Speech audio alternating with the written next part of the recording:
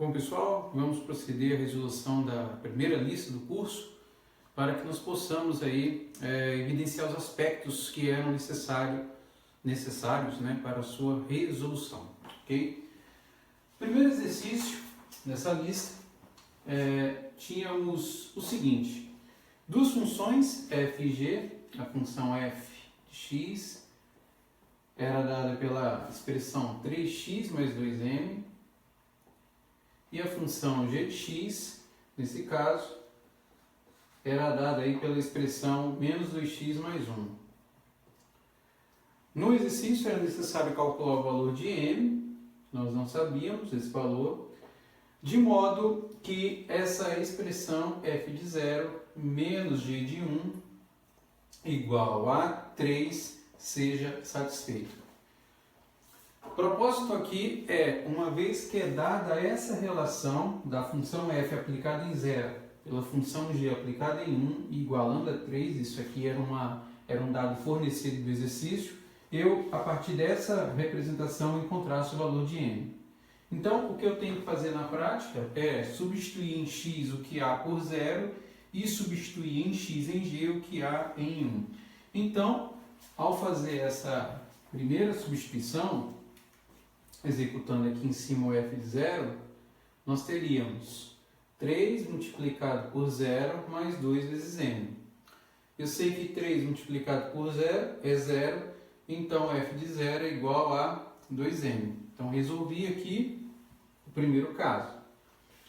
Depois eu aplico em g o valor dado que é 1. Então, g de 1, eu vou ter menos 2 multiplicado por 1 mais 1. Menos 2 vezes 1, menos 2. E menos 2 mais 1 retorna para a gente menos 1. Então, feito isso, e aí desenvolvendo aqui a equação que foi dada, eu substituo meu f de 0 por 2m e o g de 1 por menos 1. Tomo cuidado com o sinal, porque haverá um confronto aqui do sinal de menos do resultado da g pelo menos que é dado pela expressão.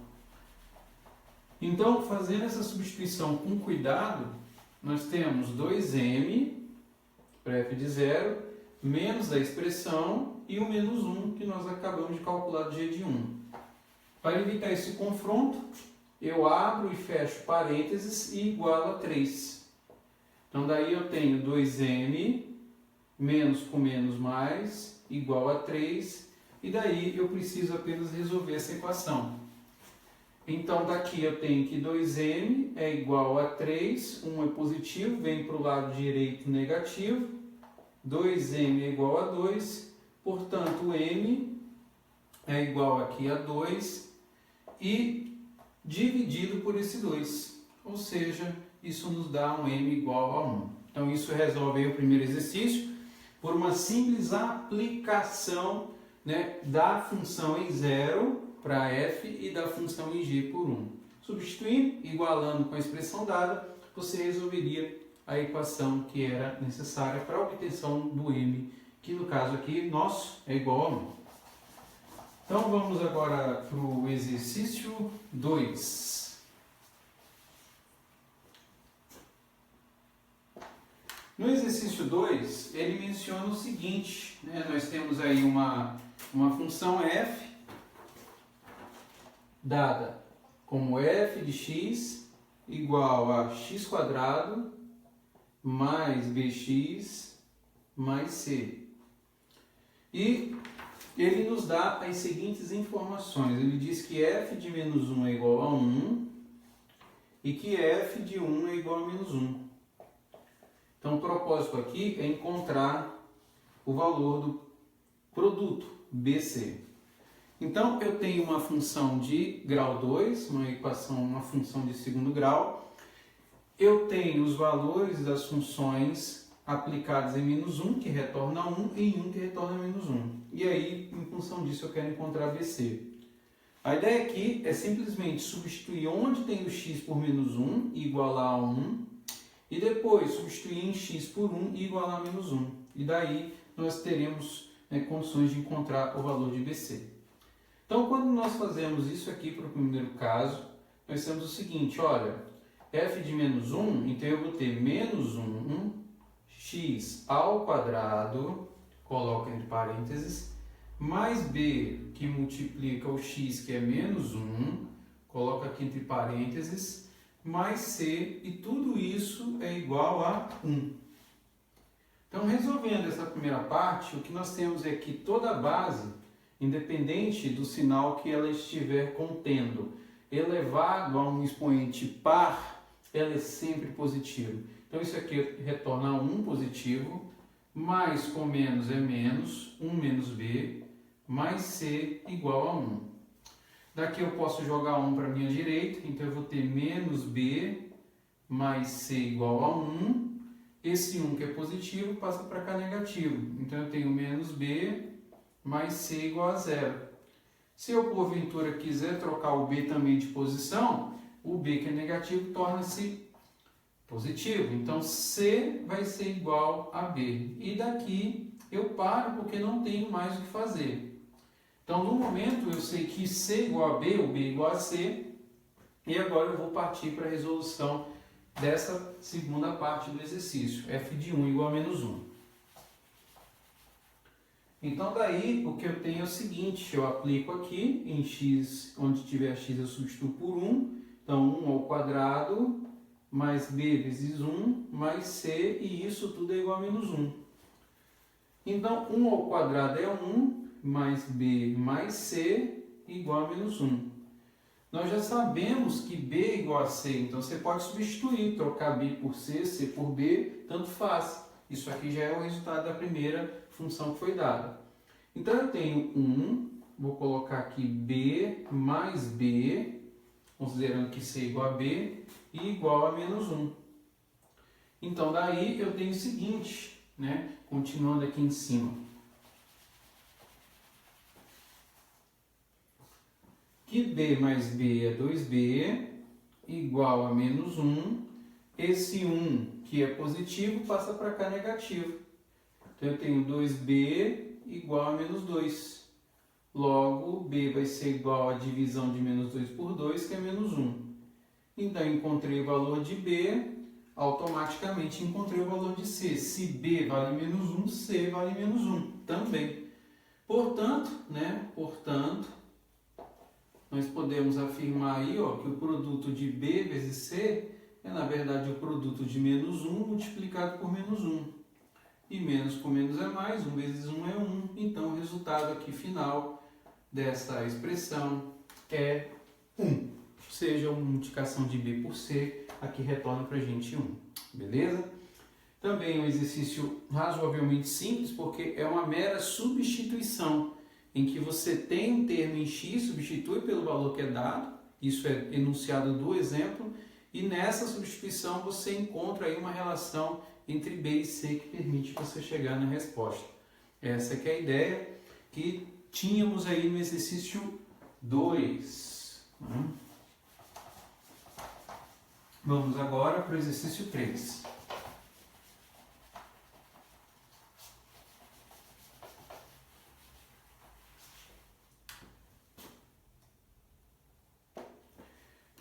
No exercício 3, ele nos diz o seguinte: as curvas de oferta e de demanda de um produto representam respectivamente as quantidades que vendedores e consumidores estão dispostos a comercializar em função do preço do produto.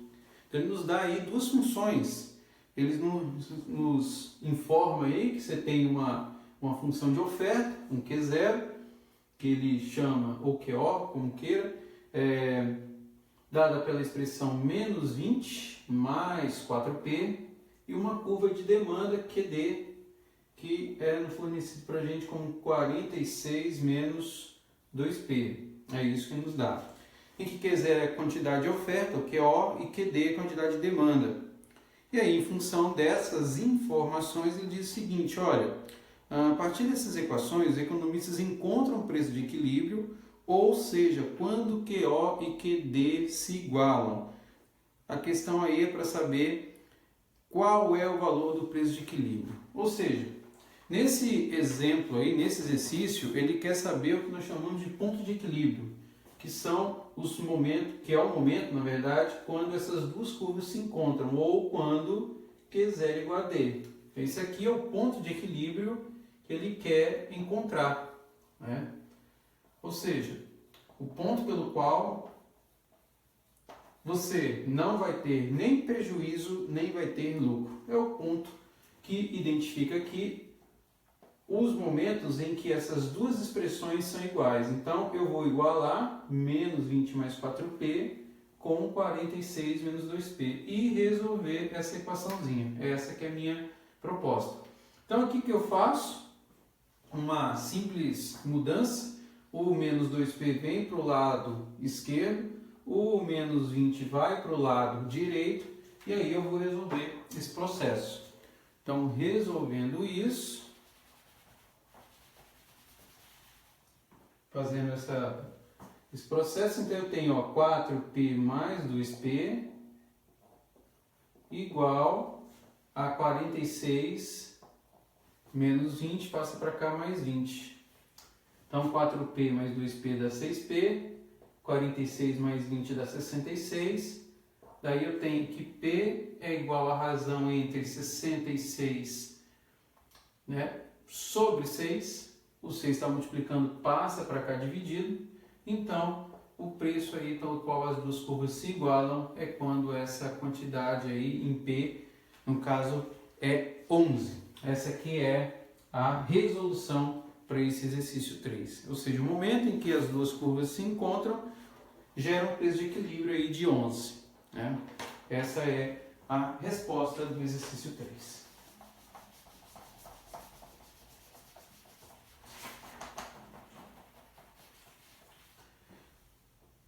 Bom, no exercício 4, é necessário aí que você afirme se uma dada expressão é verdadeira ou falso. Mas não é simplesmente dizer se é verdadeiro ou falso, é justificar por que é verdadeiro ou falso. Então nós temos aí uma série de 4 itens, onde o primeiro indica o seguinte, olha, se f e g são funções, então eu posso afirmar que f de g de x é igual a g de f de x. O que eu tenho aqui é um exemplo de uma composição ou de uma função composta, né? Isso aqui representam funções compostas. E aí a ideia é identificar se essa relação aqui ela é verdadeira para qualquer função. Então nós poderíamos usar quaisquer funções para verificar esse processo. Suponha que eu use duas funções aí, uma função do tipo f, né, igual a x², suponho que eu use essa, e uma g, né, uma função de primeiro grau, do qual eu vou chamar 2x. Esse é um exemplo. Então eu vou usar para esse caso aqui, então o que eu faço? Dentro da minha f, onde tem x, eu vou substituir por g, onde a g aqui no caso, né, é 2x, então nesse processo eu vou escrever f de 2x, e o que vai acontecer? Onde tem a x na f, que é essa expressão, eu vou substituir por quem? Por 2x. Então nesse processo, o que vai acontecer? Onde tem x eu vou substituir por 2x e eleva ao quadrado. Quando eu faço isso, eu vou ter 2x ao quadrado, 2 ao quadrado é 4, e x ao quadrado retorna x ao quadrado. Então, para a expressão f de g de x, eu tenho o retorno para 4x². Agora, eu vou fazer a mesma coisa para g de f de x. Então, usando o mesmo raciocínio, então g de f de x, aqui vai ficar escrito como g de f, então onde tem a f, substitui aqui, ó, por x².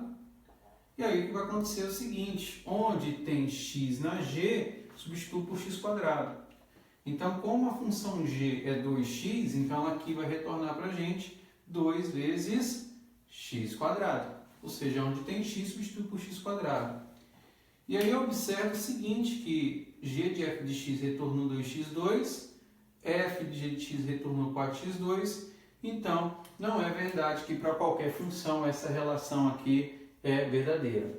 Então, o primeiro caso aqui corresponderia a uma alternativa que é falsa. Você pode usar alguns exemplos de funções que isso torne-se verdadeiro, mas não foi especificada quais funções. Então você poderia usar qualquer função para validar ou não essa relação. E aí, no caso, usando esse exemplo, nós mostramos que de fato isso aqui não é verdadeiro. Então, conclusão, é falso. Primeiro item aí desse exercício 4. Então, vamos para o item B.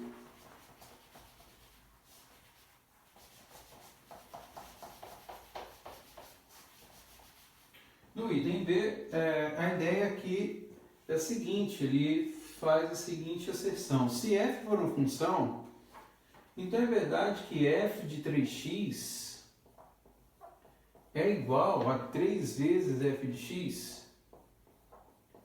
Então, de novo, não faz nenhuma referência a função qualquer, então eu posso usar um exemplo de qualquer função que valide ou não esse raciocínio e identificar se isso aqui é verdadeiro ou falso. Então, digamos que eu use lá uma das funções que eu trabalhei no item anterior, vou usar aqui uma f quadrada, x quadrado, e vou aplicar aqui. Então, o que eu tenho? Para o primeiro lado, do lado esquerdo aqui, onde tem x, substituo por 3x. Então, aqui vai retornar 3x ao quadrado. Então, eu tenho que 3 ao quadrado é 9, repete aqui, x quadrado. Então, retornou para nós isso aqui. E aí, faço do lado direito, 3 vezes a própria f. Então, 3 vezes a própria f é 3 vezes a f, que aqui eu estou declarando como x quadrado. Então, isso aí retorna para a gente 3x quadrado. Obviamente, não é a mesma coisa. Portanto, no item B, essa condição aqui também é falsa. Ou seja, uma função que eu usei, uma função de grau 2, ela não convalidou esse resultado. Então, conclusão, é falso. Vamos agora para o item C.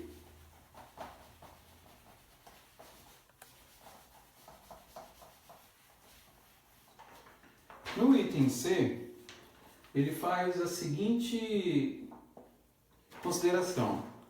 Se x1 for menor que x2,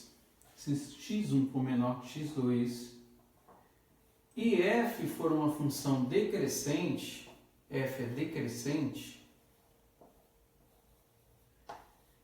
então é verdade, pelo que ele está dizendo aqui, que f de x1 é maior que f de x2. Esse item aqui é interessante porque não há nenhuma menção à forma da função envolvida. Eu posso ter trabalhado com uma função de primeiro grau, uma função constante, uma função de grau 2. Mas eu poderia usar qualquer função. E aí, uma das formas de você verificar se essa relação aqui é verdadeira ou não é através de uma formulação que nós vamos fazer muito usufruto, em alguns casos, que é a representação gráfica. O que isso indica é o seguinte: eu tenho um eixo do tipo cartesiano, vou colocar aqui um eixo cartesiano, com domínio em x e contradomínio em f. A condição que ele está especificando é se x1 é menor que x2. Então, x1 ele está mais próximo da origem do que x2. Portanto, x1 menor que x2. E que f é uma função decrescente. Se a função é decrescente, ela está caindo. Então, digamos isso aqui. Isso representa para nós uma função do tipo decrescente.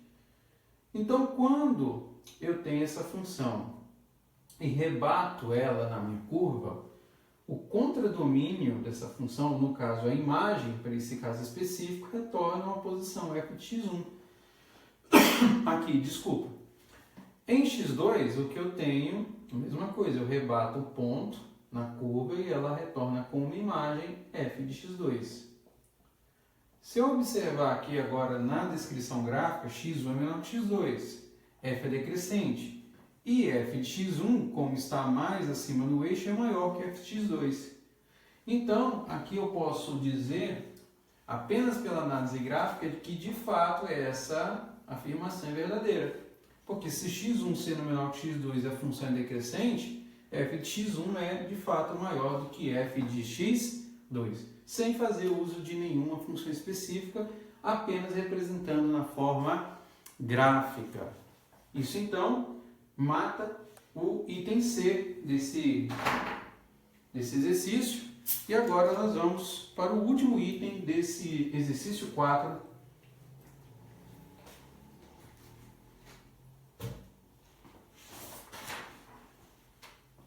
que nos diz o seguinte, né?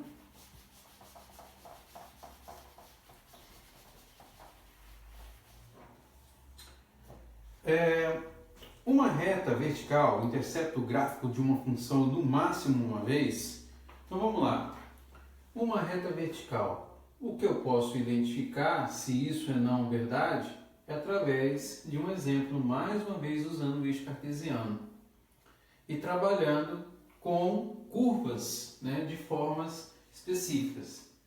Então digamos que eu tenho uma curva qualquer, uma curva como essa, e uma outra curva, né, como essa daqui. Ou, né, fazer uma curva um pouquinho próxima de algo que para nós é conhecido, uma circunferência. Vamos pensar assim. Se eu passar uma reta vertical por essa curva à esquerda várias vezes, ela vai tocar em apenas um ponto. Isso configura uma função. Por quê? Porque para cada entrada que você tem no eixo X, você tem apenas uma saída no eixo Y. Para cada entrada, uma única saída. Para cada entrada, uma única saída. Ou seja, para todo valor associado em X, você só tem um único valor associado em Y.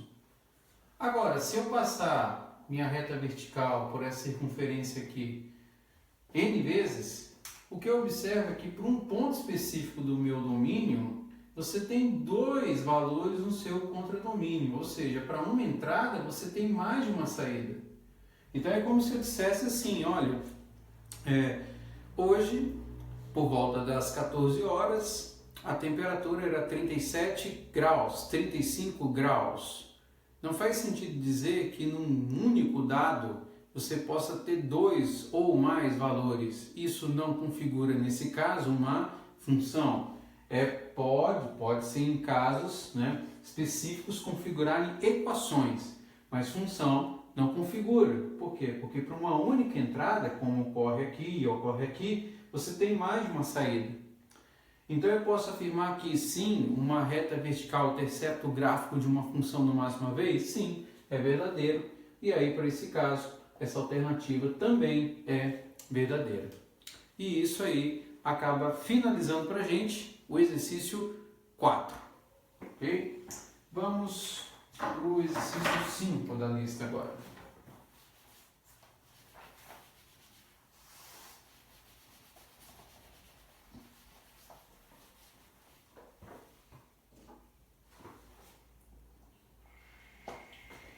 O exercício 5, ele diz o seguinte: o professor, depois de corrigir as provas da sua turma, percebeu que várias questões estavam muito difíceis. Então, para compensar, ele utilizou uma função polinomial de grau menor que 3, né, para alterar as notas x da prova para as notas y igual a f de x da seguinte maneira.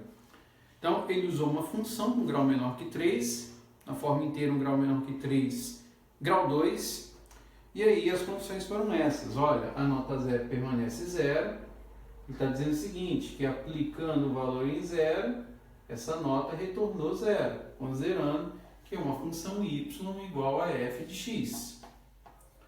Ele mencionou que a função da nota aplicada em 10 retorna 10, ou seja, não alterou, e que nessa mudança a nota 5 passou a ser 6.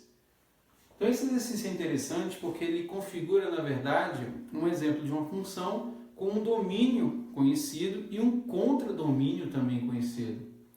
O que eu quero dizer com isso é que eu estou trabalhando com uma função onde o domínio dos valores da entrada corresponde ao intervalo compreendido entre as notas 0 e 10 e que leva a um contradomínio também com notas compreendidas no intervalo entre 0 e 10.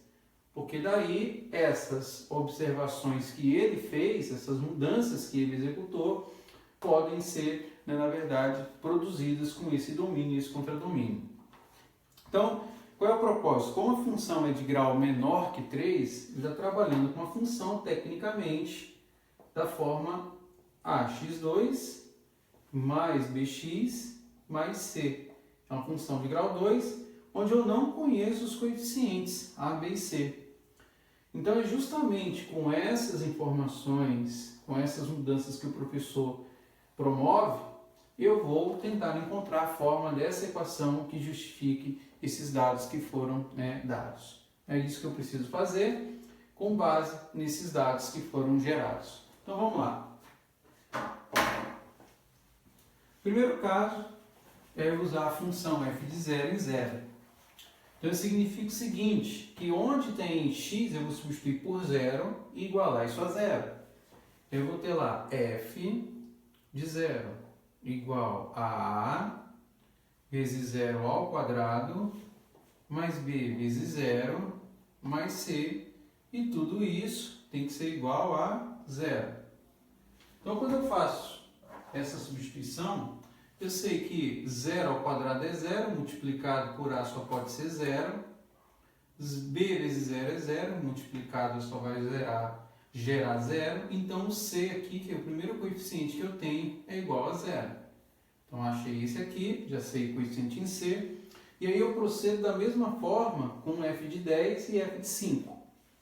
Então, fazendo isso, eu tenho a multiplicado por 10 ao quadrado, mais b multiplicado por 10, mais c, e isso tudo é igual a 10. Eu já posso eliminar o c, que eu sei que é 0, e trabalho com esses dados. 10 ao quadrado corresponde ao 10 multiplicado duas vezes, ele mesmo, 10 vezes 10. Então, retorna 100, 100 vezes A, mais 10 vezes B, igual a 10. Então, eu tenho aqui, ó, essa equação. E agora eu vou gerar a próxima equação com uma substituição que é executada em 5. Então, para o modelo f, eu vou ter lá a vezes 5 ao quadrado, mais b vezes 5, mais c, e isso tudo é igual a 6. Então, 5 ao quadrado é 25, 25a, mais 5b, igual a 6. Eu não preciso mais repetir o c já é igual a 0.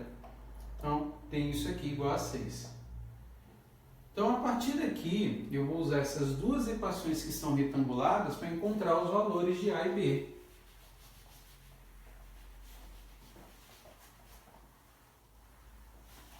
Então, o que eu faço aqui? Eu vou separá-las, vou colocar elas aqui em destaque. Vou repetir mais uma vez, 100A mais 10B igual a 10. E aqui é a mesma coisa, 25A mais 5B igual a 6. Bom, daqui em diante, o processo que me permite resolver pode ser feito de N formas. Então, uma maneira é você isolar uma das variáveis, no caso a e b, e substituir numa outra equação, numa das duas. Comparar também pode ser um caminho que é útil para a sua resolução. Então, a ideia que eu vou usar aqui é eliminar uma das variáveis para poder encontrar uma delas, a outra restante, e aí, na sequência, com a resolução, voltar em uma das equações encontrar a primeira variável. Como é que eu vou fazer isso? Digamos que eu queira eliminar, né, a variável a. Então, nesse processo, eu tenho 100 associado a ele e 25 aqui. Então, para eliminar essa variável, eu preciso igualar numericamente o valor que eu tenho na minha equação, mas no processo inverter o sinal. Aqui é positivo, então tem que gerar ela negativa. Então, eu sei que aqui ela vai ser multiplicada por um sinal de menos e o fator que me permite tornar 25 100, que nesse caso é multiplicar tudo por 4, no caso menos 4. O detalhe que eu tenho que tomar é que ao fazer isso para essa expressão, ela vai atingir toda a equação. Então eu vou multiplicar toda ela por menos 4. Então quando eu faço isso, eu vou repetir mais uma vez essa daqui, 100A mais 10B igual a 10, e vou multiplicar embaixo. Menos 4 por 25 dá menos 100, menos 100A, Menos 4 vezes 5 vai dar menos 20b. Menos 4 vezes 6 dá menos 24. E aí eu consigo executar o processo que eu estava pensando, porque agora eu posso somar as duas equações e nessa soma eu cancelo 100A com menos 100A. Então vai retornar menos 20b mais 10b dá menos 10b e menos 24 mais 10 dá menos 14. Aqui eu vou isolar o b, então eu vou ter a razão entre menos 14 e menos 10. Menos com menos eu sei que é mais, e se eu quiser eu posso até simplificar 14 e 10, porque eu sei que ambos são divisíveis por 2. Então 14 por 2 dá 7, 10 por 2 dá 5, então achei o valor de b. b então vale para nós 7 quintos. Encontrei o valor de b, basta que eu substitua numa das equações acima para encontrar o valor de a, e aí finalizo o processo. Então fazendo isso, eu vou substituir nessa equação aqui, que apresenta termos menores, para poder gerar o valor de A que eu busco no processo. Então, vamos lá, fazendo a conta aqui desse lado, eu tenho 25A mais 5 vezes B. Então, é 5 vezes 7 quintos, igual a 6. Então, daqui eu posso cancelar o 5 com 5, e eu vou ter agora 25A mais 7 igual a 6. Nesse momento, o 7 que é positivo vai passar para o outro lado negativo. Então eu tenho 25A igual a 6 menos 7. Então eu tenho 25A igual a menos 1. Portanto, o meu A vai ser igual a menos 1 sobre 25. E aí, uma vez que encontrei A, eu agora posso afirmar qual é a forma da função que o professor utilizou para poder fazer essa mudança de notas. Então, a função escrita, né, de forma completa é uma y, né, do tipo menos 1 sobre 25 associado a x², que é o A, mais 7 quintos associado a x, que é o b, porque o c a gente descobriu lá no início que é igual a zero. E isso aí, ó, faz com que a gente termine esse exercício executando ele da forma como foi apresentado. É isso aí. E agora passamos da metade da nossa lista. Vamos para o exercício 6. Exercício 6.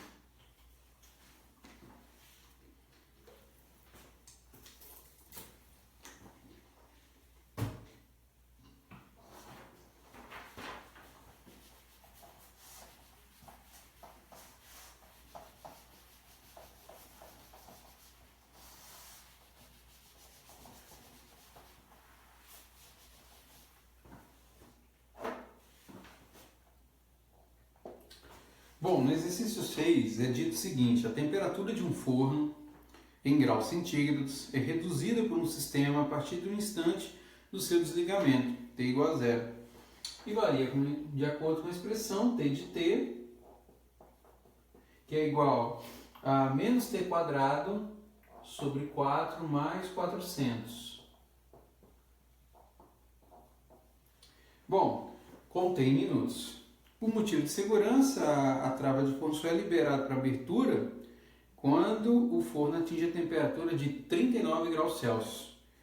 Ele quer saber qual é o tempo mínimo de espera em minutos após desligar o forno para que essa porta possa ser aberta. Então, a pergunta é sobre o tempo. Qual é esse tempo mínimo de espera para que você possa, né, abri-lo? Então, a ideia aqui do exercício não é difícil de você aplicar. Por quê? Porque é dado para a gente que essa abertura só pode ser feita quando a temperatura atingir o quê? 39 graus. Então eu venho, substituo no lugar do meu T 39, porque a pergunta que eu quero responder na verdade é saber quando que isso acontece, ou seja, tempo. É aqui que é a minha incógnita. Então 39 é igual a menos T² sobre 4 mais 400. Então daí eu vou isolar a equação para encontrar o valor de t. Então, eu posso jogar o meu t quadrado junto com 4 aqui para a esquerda e vir com 39 aqui para a minha direita. Então eu tenho t quadrado sobre 4 igual a 400 menos 39. Então, quando eu faço isso, eu tenho t quadrado sobre 4 igual essa subtração que dá 361. Então, nesse ponto,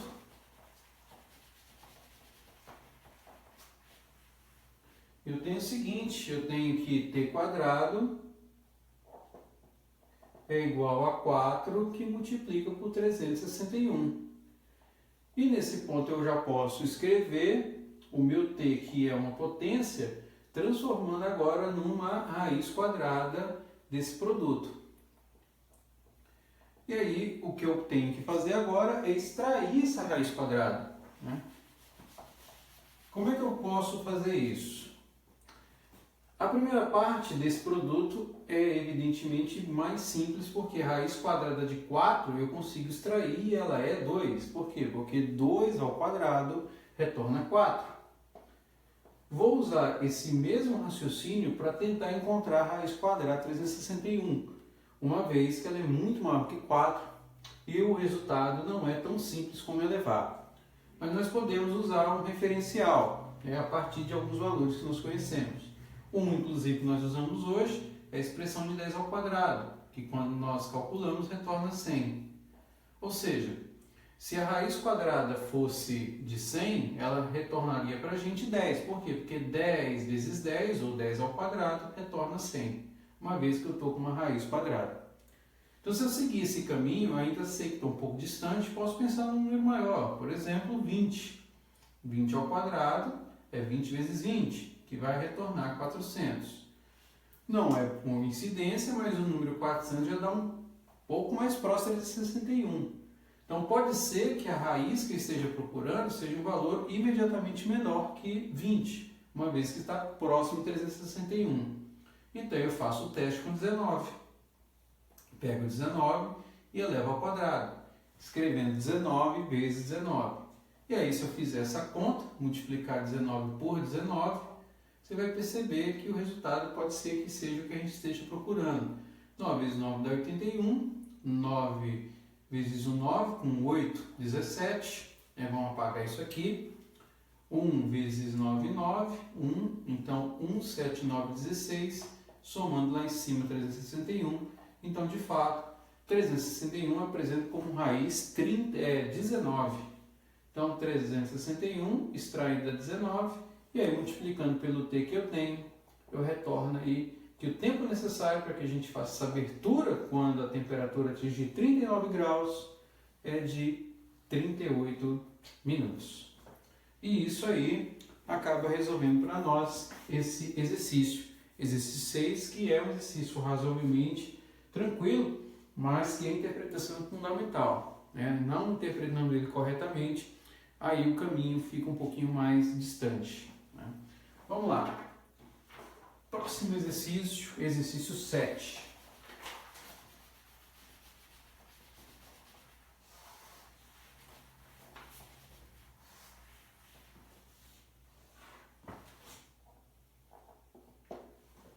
No exercício 7 é dito o seguinte: olha, admita os seguintes dados sobre as condições ambientais, né, de uma comunidade com uma população P de milhares de habitantes. Então ele dá uma função que mensura a taxa média de monóxido de carbono, escrevendo como uma C de P, uma concentração, como 0,5 P mais 1. E nos dá uma função, né, em determinado T, P, que é escrito em termos de T como 10 mais 0,1 T ao quadrado. Então, em relação à taxa C, ele pergunta para a gente duas coisas. Expresse-a como uma função do tempo. Então, quando eu digo para expressar C, no caso a taxa como uma função do tempo, é escrever ela tecnicamente como C igual a uma F de T. Ou, em outras palavras, do lado esquerdo eu vou ter apenas o C. E do lado direito, qualquer coisa, tudo associado a quem? A t. É isso que ele quer que eu faça. E para fazer isso, eu vou usar essas duas informações que foram fornecidas.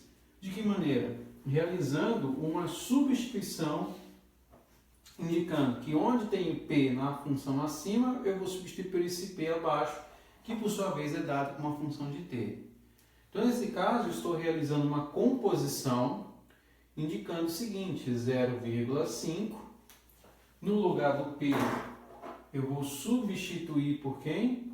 Por 10 mais 0,1 t quadrado. Fecho aqui e somo mais 1. Então aqui eu vou fazer uma distributiva de 0,5 por 10 e 0,1. Então eu tenho que minha concentração vai ser meio vezes 10 é 5, mais 0,5 vezes 0,1 dá 0,05 t quadrado e somo mais 1 aqui. Portanto, eu tenho que minha concentração vai ser igual a 0,05 t quadrado, somando 5 mais 1, eu tenho aqui 6.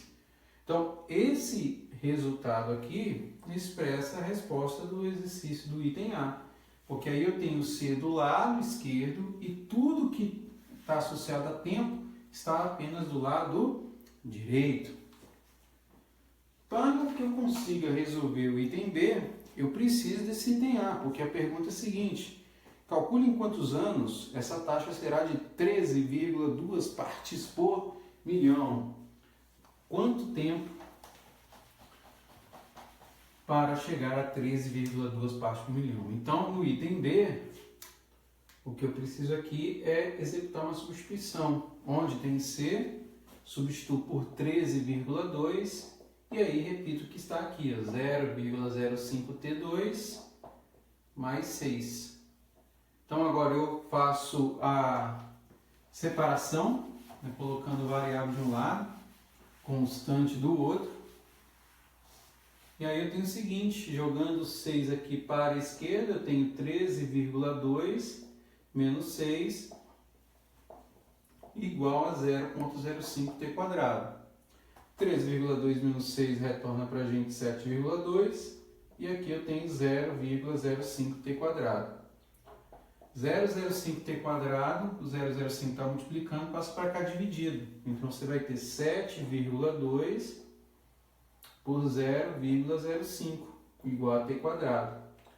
Então aí eu tenho uma divisão, né, de um número decimal por outro centesimal.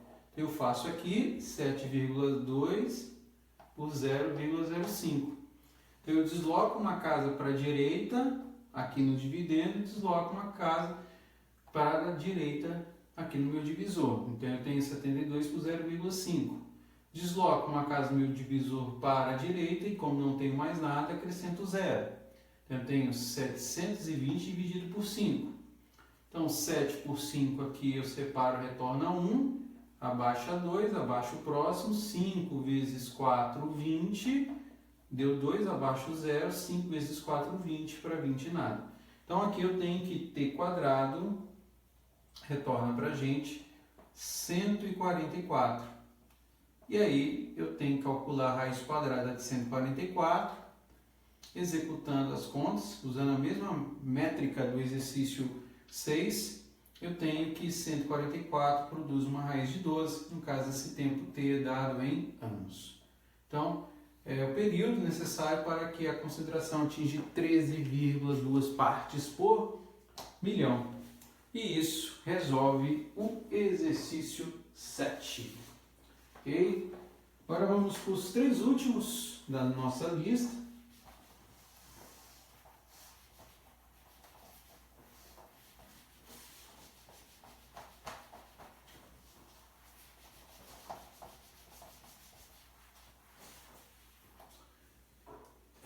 E aí vamos resolver o seguinte exercício, exercício 8.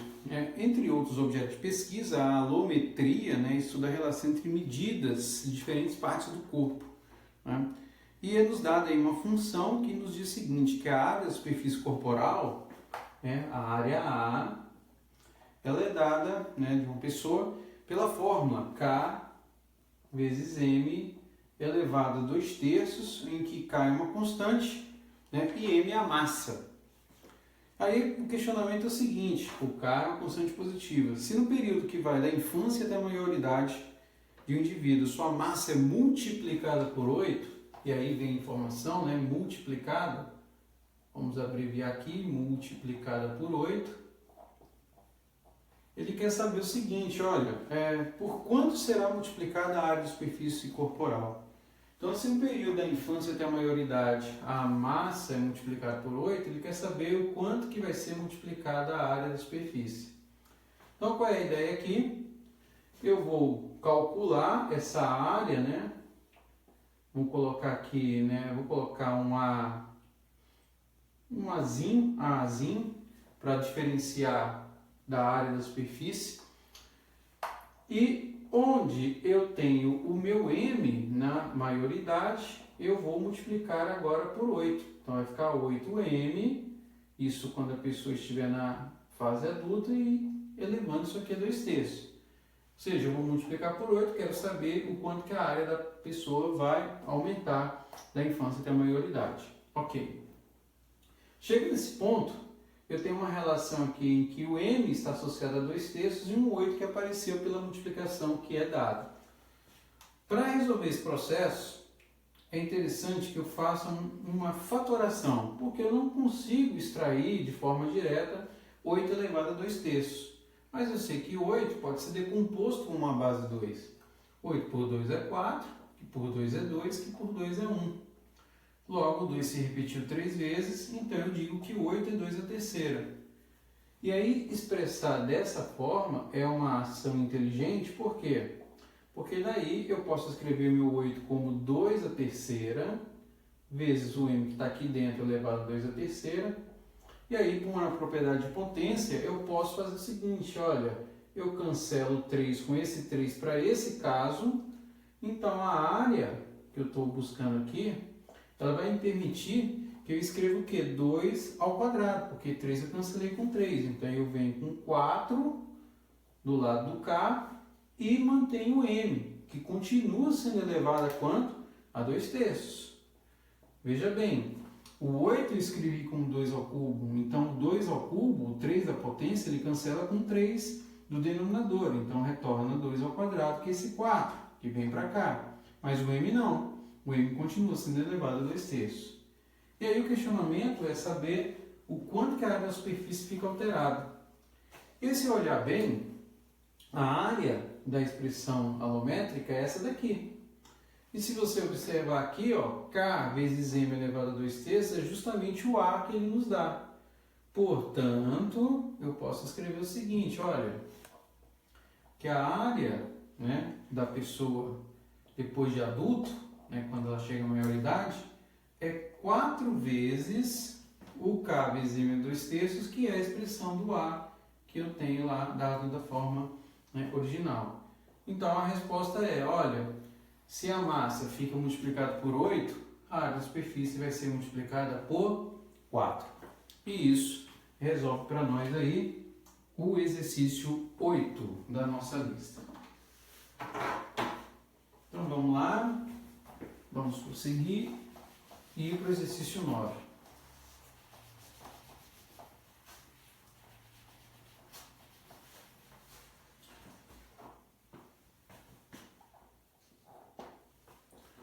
O exercício 9 é um exercício, né, geométrico. Ele identifica o seguinte, que uma caixa retangular aberta com volume de 2 metros cúbicos tem uma base quadrada. Então vamos pensar numa caixa de base quadrada, né, aberta na tampa. Vamos fazer uma descrição, é necessário que o desenho seja executado para ter uma noção melhor. O volume é conhecido, ele nos dá aí como 2 metros cúbicos e a base é quadrada. Então, se a base é quadrada, é porque ela apresenta a mesma dimensão, B e B, vou colocar a altura aqui como H. Ok? Então, esse volume, em termos da representação geométrica, é o produto da área da base, que é B quadrado, pela altura, que é H. Ok? Bom, ele quer a área superficial, expressar a área superficial da caixa como uma função do comprimento de um lado da base. seja, a área da superfície, né? A área da superfície é a área dessas regiões, né? É essa região aqui da face à esquerda, da face que está de frente para nós e dessas outras faces além da base. Então, a área da superfície, vamos colocar aqui, a sup, né? Ela é o quê? A soma da área da base, que é b quadrado, que é essa base aqui, mais as faces laterais, que tem quais dimensões? Essa que é a minha incógnita. B vezes altura, base vezes altura uma aqui, que está de trás do quadro, mais essa que está de frente, aqui no ângulo que eu estou, e mais a que está atrás. Então eu tenho o quê? 4BH. Só que aí nesse ponto a área de superfície é função de duas variáveis. E é daí que eu vou usar essa relação para poder deixar em função de apenas uma delas. Fazendo o quê? Igualando esses dois resultados. Eu tenho que 2 é igual a b quadrado vezes h. E daqui eu posso isolar o h.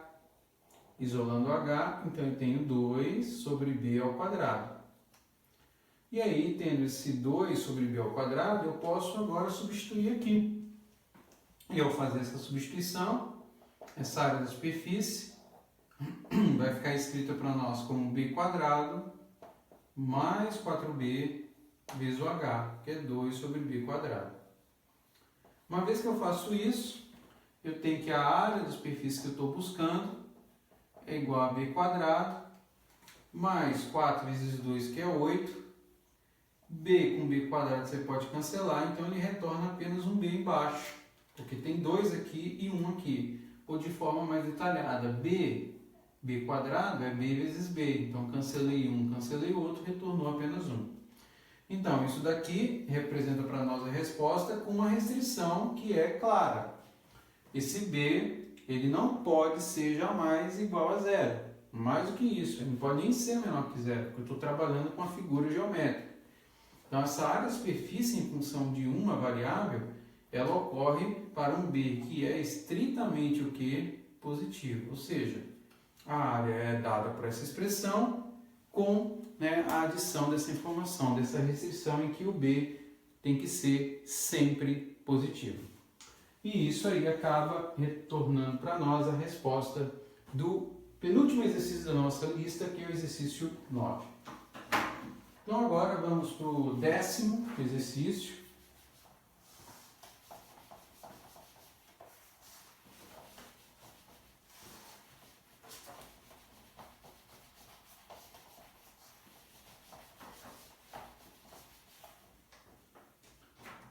E o último exercício da lista. Então, nesse 10º exercício, ele diz o seguinte: olha, um administrador de uma fábrica de móveis descobre que custa R$ 2.200 para fabricar 100 cadeiras em um dia e R$ 4.800 para produzir 300 num dia. Então, com base nessa informação, ele quer 3 coisas aí. Expressar o custo, uma função do número de cadeiras produzidas, supondo que ela seja linear, né, e esboçar o gráfico. Qual a inclinação do gráfico que ele representa e qual o intercepto y do gráfico que ele representa. Então, a ideia aí é que você use essas duas informações, ou seja, que 2.200 é o custo para produzir 100 cadeiras, né? Vamos colocar aqui, produzir, né? 100 cadeiras, produz, e 4.800 é o que é necessário para produzir 300 cadeiras. E aí ele está supondo que, como o nosso modelo, nesse caso, é linear, ele quer que eu esboce o gráfico, escrevendo inclusive a função que expressa essa relação. Primeira coisa que eu preciso pensar para resolver esse exercício é encontrar qual é a taxa de variação do custo que esse fabricante vai ter em função de cada cadeira produzida. Então, o que eu preciso obter é a inclinação, uma das dúvidas que ele levanta, em termos da análise dos dados que foram gerados. Então, eu vou estabelecer, na verdade, uma relação que envolve uma razão entre o custo de produção pelo número de cadeiras produzidas, de forma que eu obtenha uma relação dessa natureza. Então, quando eu obtenho isso daqui, o que eu, na verdade, estou já gerando é a inclinação da nossa reta. Ou seja, a taxa de variação do custo de produção pelo número de cadeiras produzidas. Então, 4.800 menos 2.200 retorna para a gente 2.600. 300 menos 100 retorna 200. Eu cancelo 0 com 0, cancelo 0 com 0 e 26 por 2 retorna 13. Então, 13 representa o custo de produção por cadeira, o que representa para nós a inclinação da nossa reta, a inclinação da reta. Essa que é a interpretação que eu tenho já desse resultado. Ele está supondo que o nosso modelo é linear, né? Então, se ele está supondo que o nosso modelo é linear, ele é um modelo, né, que assemelha-se a uma função do tipo AX mais B. No nosso caso, o F é o custo, o A é a nossa inclinação, acabamos de encontrar que é 13, X seria o número de itens produzidos, no caso cadeiras, e B é o coeficiente linear, né? É o que eu ainda não sei e é que me falta para completar o modelo. O que eu vou fazer? Eu vou usar os dados que o exercício já me fornece para poder encontrar esse coeficiente B. E aí é uma mera substituição que eu preciso executar. Então, de que modo eu faço isso? Substituo os dados que eu tenho e resolvo. Eu sei o seguinte, que o custo, né, de 2.200 é necessário para a produção de 100 cadeiras. Então, eu tenho 2.200 igual a 13 vezes 100 mais B. Então, eu tenho 2.200 igual a 13 vezes 100, que dá 1.300, mais B. Eu jogo 1.300 para a esquerda, então eu tenho 2.200 menos 1.300 igual a B. Então, daqui eu tenho que meu B é igual a 900.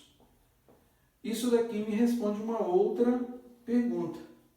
900 é o valor mínimo necessário para que você comece a produzir cadeira. Então, daqui eu já consigo resolver, na verdade, dois casos do item A. Primeiro, eu tenho a função do custo agora completa, que é 13x mais o B, que é 900. E a outra dúvida que ele tinha no item A, nós já respondemos. Expressamos o custo em função do número de cadeiras, supondo que ela seja linear, e agora nós vamos esboçar o gráfico.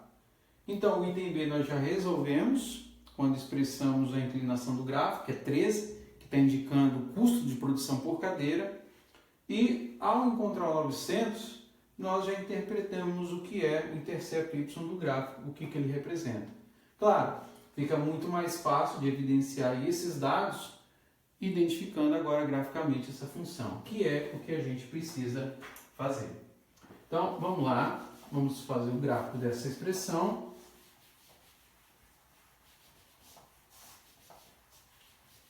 E aí nós temos o seguinte, né?